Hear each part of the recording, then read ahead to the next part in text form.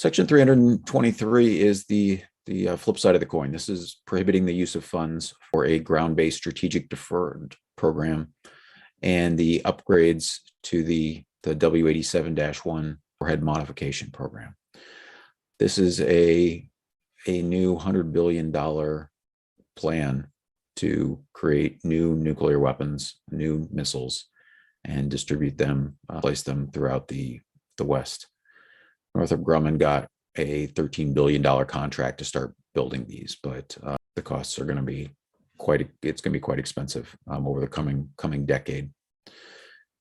And so right now we've got hundreds of the Minuteman III sitting in silos across the Colorado, Montana, Nebraska, North Dakota, and Wyoming. And these missiles they're sitting ducks. Everyone knows where they are. And so this creates a new threat of nuclear war, because if there was a threat to these ICBMs by foreign missiles or whatever, we would only have a short amount of time to launch them rather than risk losing them. And so that short response time really increases the risk of an accidental launch.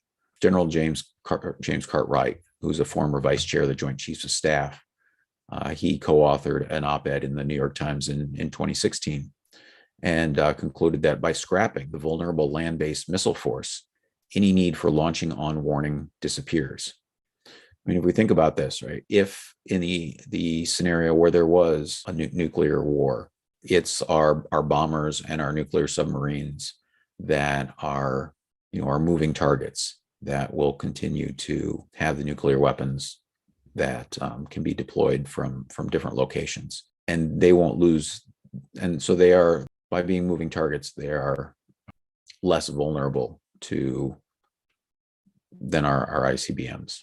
But these missile silos all throughout the Midwest, they serve a valuable purpose in America, which is spreading money into the economies of there's an informal missile caucus, legislators, congressmen from these states that work together to make sure that these missile silos keep bringing money into their districts. In the last round of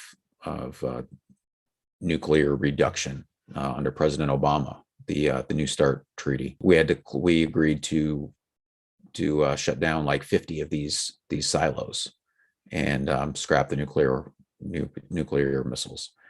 And so these legislators from the Missile Caucus states got together and insisted that they were going to block this unless the money kept flowing.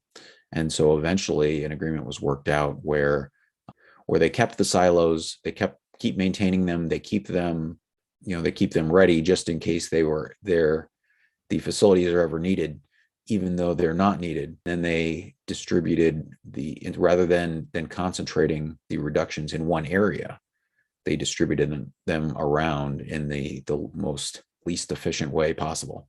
So there's an economic purpose that's being served by these land-based missiles. And the Blueprint for a Better America looks to address all these problems in a more holistic fashion.